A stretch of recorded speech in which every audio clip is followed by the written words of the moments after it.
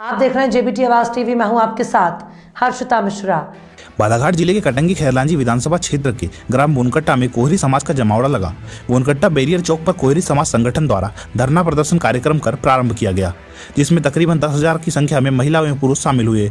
इस अपार जनसमूह लोगों की उपस्थिति में, जिसमें कोहरी समाज के प्रमुख मांगे कोहरी समाज को केंद्र सरकार के पिछड़ा वर्ग की सूची में सम्मिलित करना है, जिसमें विगत 20 वर्षों से कोहरी समाज सतत अपने हक और अधिकारों की लड़ाई के लिए प्रयासरत है। जानकारी ज्ञात है कि मध्य प्रदेश के बालाघाट जिले के अंतिम छोर पर बसे पठार क्षेत्र में लगभग 40 गांवों में बसे एवं अन्य जिले में निवासरत कोहरी समुदाय के लोग अपना मुख्य व्यवसायिक खेती किसानी का कार्य करते हुए पिछड़ेपन की जिंदगी जी रहे हैं और अपने अस्तित्व की लड़ाई के लिए लगातार संघर्षरत है। मध्य प्रदेश में कोहरी जाति पिछड़ा वर्ग की 33A में दर्ज है, लेकिन केंद्र सरकार की सूची में नदारद है। नतीजा कोहरी जाति के होनहार छात्र केंद्र की परीक्षा एवं नौकरी, छात्रवृत्ति या अन्य योजनाओं के वंचित होना पड़ रहा है। इसी के मद्देनजर बहुउद्देशीय कोहरी समाज संगठन द्वारा केंद्र सरकार की पिछड़ा वर्ग की सूची में कोहरी जाति को शामिल करने को लेकर अनिश्चितकालीन धरना प्रदर्शन करने के लिए मजबूर हो रहा है। अनिश्चितकालीन धरना प्रदर्शन के पहले दिन मौका स्थल पर माननीय तहसीलदार तिरोड़ी उपस्थित थे, जिसमें समाज के प्रतिनिधियों द्वारा ज्ञापन सौंपकर अपनी मांग को शासन की ओर पहुंचाने का निवेदन किया गया। कोहरी समाज संगठन द्वारा बताया गया कि जब तक मांग पूरी नहीं होती तब तक धरना प्रदर्शन जारी रहेगा एवं आगामी समय में कलेक्टर कार्यालय का घेराव कर विधानसभा चुनाव का बहिष्कार की भी रणनीति बना सकता है।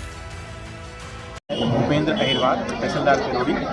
आज कोहरी समाज संगठन के द्वारा बोनकट्टा में जो अपना धरना प्रदर्शन किया गया, उसमें कोहरी समाज को केंद्रीय OBC की सूची में जोड़ने के लिए ज्ञापन भी प्रदर्शित दिया गया है। साथ ही उनकी मांग है कि हमें केंद्रीय सूची में OBC में रखा जाए।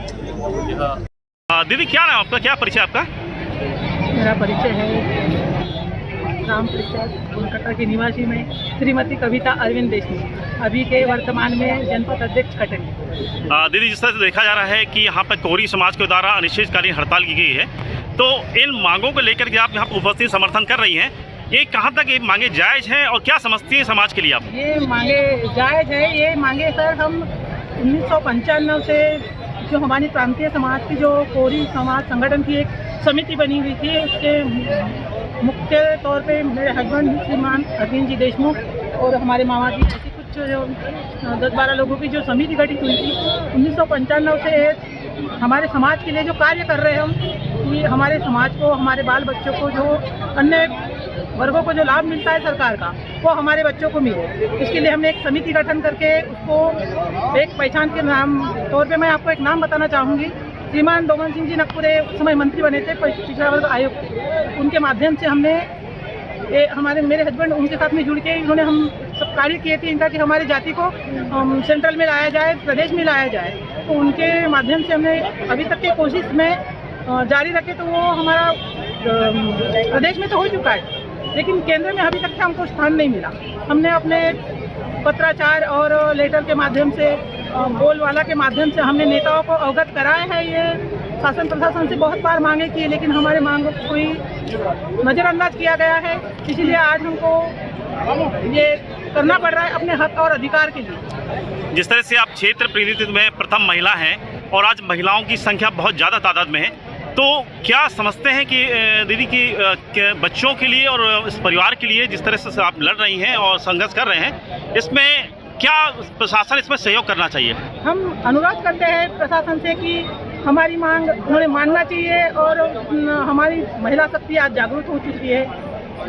आज अपने बाल बच्चों को अपने घर परिवार से लेके बाहर की जिम्मेदारी उठाने में हमारी महिलाएं सक्षम है। महिलाओं की तरफ से अगला रणनीति तैयार क्या रहेगी आपकी? हमारी महिलाओं की रणनीति यही रहेगी कि हमको राज्य में तो पिछड़ा वर्ग का दर्जा मिल चुका है, लेकिन हमको केंद्र में भी, हम भारत के निवासी है, भारत के नागरिक है, तो हमारा स्थान दिल्ली में भी सेंट्रल में होना चाहिए।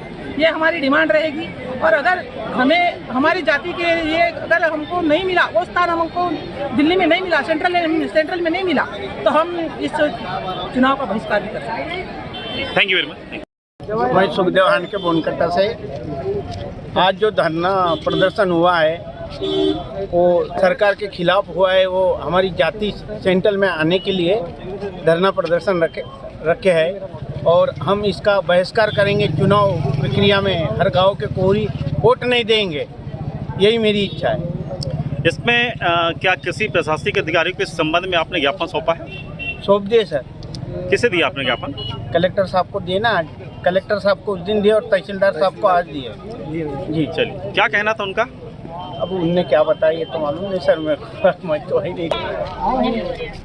आप क्योंकि कोहरी समाज का प्रतिनिधित्व भी करते हैं और ग्राम बोनकट्टा में जो आज कोहरी समाज की इतनी बड़ी जो गदर देखने में आई है, यकीनन रूप से सरकार को इस बात को संज्ञान में लेना चाहिए।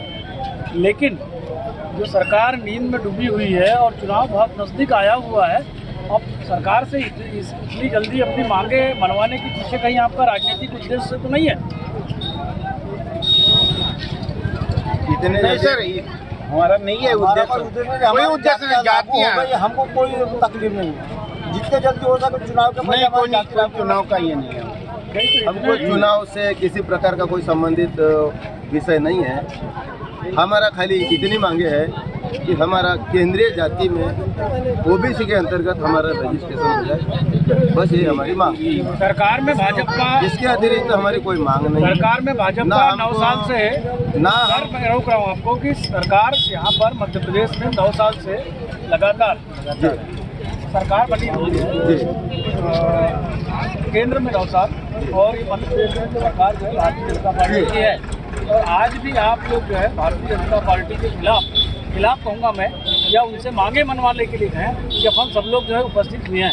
नहीं, क्या लगता है आपको सरकार जो है इस बात को मान लेगी? आपको हम किसी पार्टी या कोई अन्य पार्टी या किसी पार्टी के खिलाफ में हमारी कोई मांगे नहीं है। हमारी बस यही मांगे है कि जैसे मध्य प्रदेश की पिछड़ा वर्ग आयोग की सूची में 33 नंबर पे हमारी जाति जिस प्रकार से लागू है, उसी प्रकार से हमारी मांग है कि अगर केंद्रीय पिछड़ा वर्ग आयोग की सूची में हमारे को अगर सम्मिलित किया जाता है तो हम अपनी हड़ताल को अभी समाप्त करेंगे। क्या आपकी मांगे मान ली जाएगी? आज जिस प्रकार से हम लोगों का जो प्रदर्शन रहा उसके हिसाब से तो ऐसा लग नहीं रहा है कि कोई नेता पक्ष बोलो या कोई अधिकारी बोलो या प्रशासक बोलो, उससे हमको यह नहीं लग रहा है कि हमारी मांगे मान ली गई है। क्या ये पहली बार आप लोगों ने इतना बड़ा यूनाइटेड नहीं, हमारा ये दूसरी बात है। इससे पहले पत्राचार के माध्यम से हम लोग बहुत 20 साल से ये प्रोग्राम कर रहे हैं, इस विषय पे अवगत कराया जा चुका है, लेकिन उस पत्राचार को शासन प्रशासन के द्वारा कहीं ना कहीं हमारे जो बहुउद्देशीय कोहरी समाज के जो नेतृत्व के जो नेता है उनने दिल्ली तक, भोपाल तक पत्राचार के माध्यम से अपनी बात को रखे, लेकिन हर समय हमें असफलता का ही मुंह देखना पड़ा। इसलिए आज पूरे पठार क्षेत्र में जितने भी कोहरी समाज से लोग जो बिलोंग करते हैं, उन्होंने इस धरना प्रदर्शन को एक निश्चय किया कि कहीं ना कहीं शासन प्रशासन को अपनी ओर आकर्षित करने के लिए धरना प्रदर्शन का एक रूप रखा जाए, जिससे कि शासन का ध्यान हमारी ओर और हमारी जाति के ऊपर में केंद्रित हो। काफ़ी सालों से हमारे जो बच्चे हैं, आज हमें ओबीसी में केंद्र में दर्जा नहीं मिलने की वजह से हमें बहुत सी सेंट्रल की वैकेंसियों में असफलता का मुंह देखना पड़ता है, जिस वजह से हमारे कई साथी लोग बहुत सी वैकेंसियों से अछूते हो जाते हैं, उनका सिलेक्शन नहीं हो जाता। सरकार अगर मांग नहीं मानती है, ऐसी स्थिति में क्या करेगा समाज संगठन, बताइए? सरकार के द्वारा अगर हमारे जो धरना प्रदर्शन जो अनिश्चितकालीन है, सरकार के द्वारा अगर मांगे मानी नहीं जाती तो यह धरना प्रदर्शन और उग्र रूप लेगा। हम कलेक्टर कार्यालय का घेराव करेंगे और इससे भी ना हो तो भोपाल तक जाएंगे। और ये किसी राजनीतिक पार्टी के ऊपर में कोई दबाव बनाने की एक रणनीति नहीं है। बालाघाट जिले के अंदर में मंत्री जी हैं, सांसद जी हैं, विधायक जी हैं, इन लोगों ने अपनी बात को, अपनी मांग को क्या विधानसभा लोकसभा में उठाया?